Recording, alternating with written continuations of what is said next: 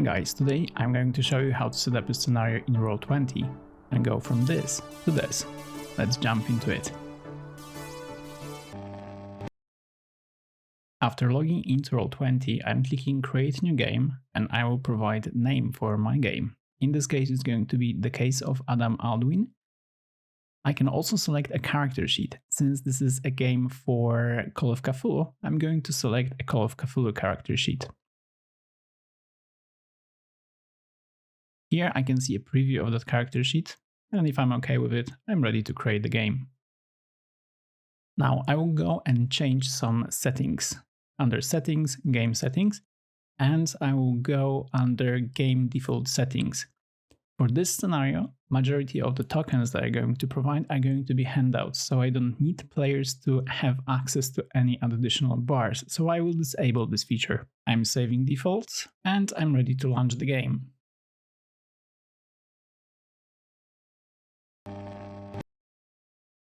I'm not going to use video or audio chats via Roll20, so I will disable this under Configuration, Video and Audio, Chat Technology, and I will set it to None. This will reload a page. I will go back again to Configuration, Video and Audio, and I will go to Video Display, and I will change the player's avatar to names only, so it's not so big at the bottom of the screen. Let's work on the desktop now. By default, it is a white square, but I will change that. I will set the dimension to be more screen-like, which is 1920 per 1080. I also will disable this toggle. I don't want the dominant color to be taken from the map. And I will save settings. Looks a little bit better now. Alright, it's time to import some files. I like to have my files organized, so I'm going to create a scenario, sorry, not scenario, a folder with the name of the scenario, and now I will upload those files. I have them prepared here. Those are the files from the Case of Adam Aldwin scenario, which you will find the link to both files and the scenario in the description below. All of those files are available, of course, for free. So now I will just drag and drop the files, and in a moment they will appear here.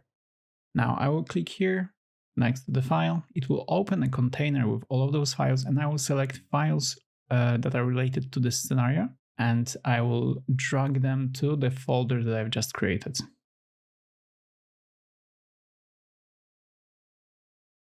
Perfect. Now they are in this folder.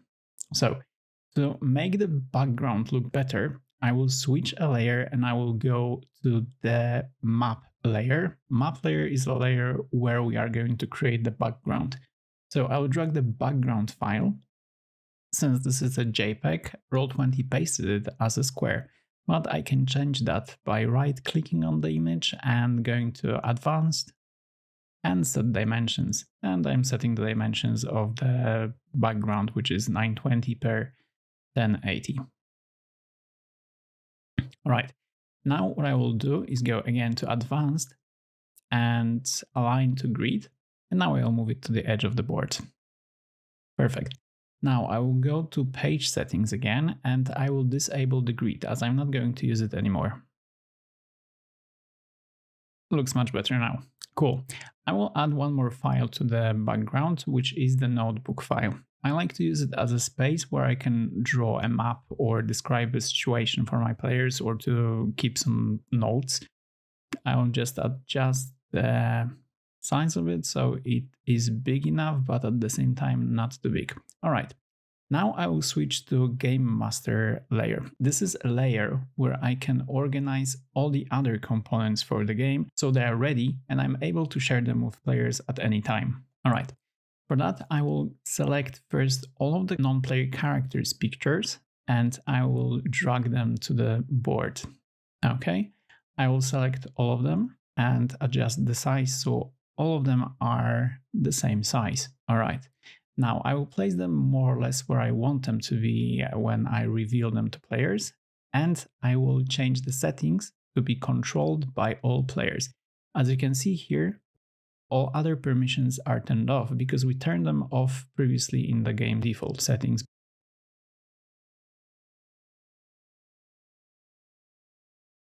And let me just speed it up to put all the images where they should be.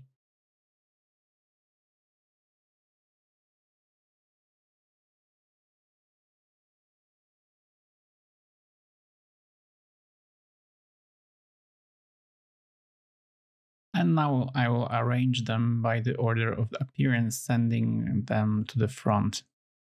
Now I will do the same with other components, other handouts. And this time I will use different size for all of them.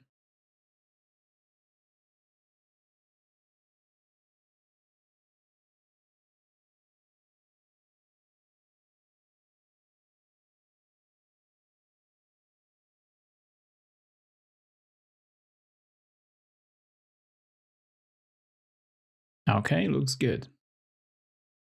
Let's check it now from player's perspective. Under configuration, you will find a feature that allows you to rejoin the game as a player. And let's check it side by side. As you can see, at this point, players cannot see any of the components that we've added. It's because all of them are still on the game master layer. To make them available for players, we need to send them to the token layer. Now, players see and can interact with those handouts, move them around, pick them out, and as the story progresses, they will have access to more and more handouts that are going to be available for them.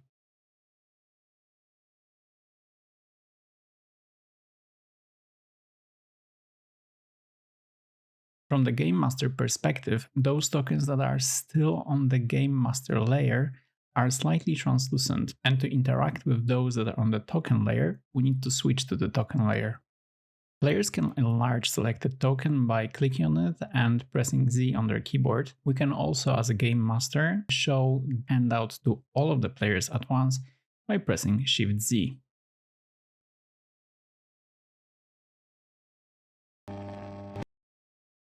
Roll20 allows you also to manage audio files, and since the Case of Adam Aldwin comes with one audio file, I will add it right now. So I will just drag and drop it to the track section, and now I can either add it to a playlist by creating a new playlist or to an existing one, or just add it to the game as it is, and then play it to players. Players have also access to this section, but they cannot see the files that you added to the scenario and cannot play them, so it is your secret what and when you want to share with them. April 17th.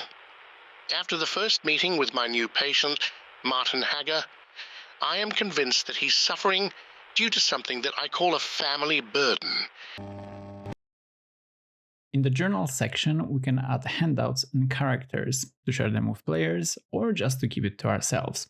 So let's start with a handout. Although we have all of them on the desktop already, we can simply drag and drop a file here. It is useful when, for example, you want players to study and gather information about a certain handout. So this is a place where they can actually make notes about it to have them in one place. They can also enlarge a picture if it's added just by clicking on it.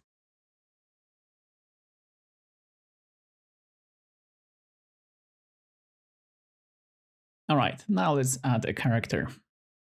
Roll20 will create a name, which obviously we can change, and by saving the changes, we can see a character sheet. As you remember, we've selected in the game settings a character sheet for Call of Cthulhu, and here it is.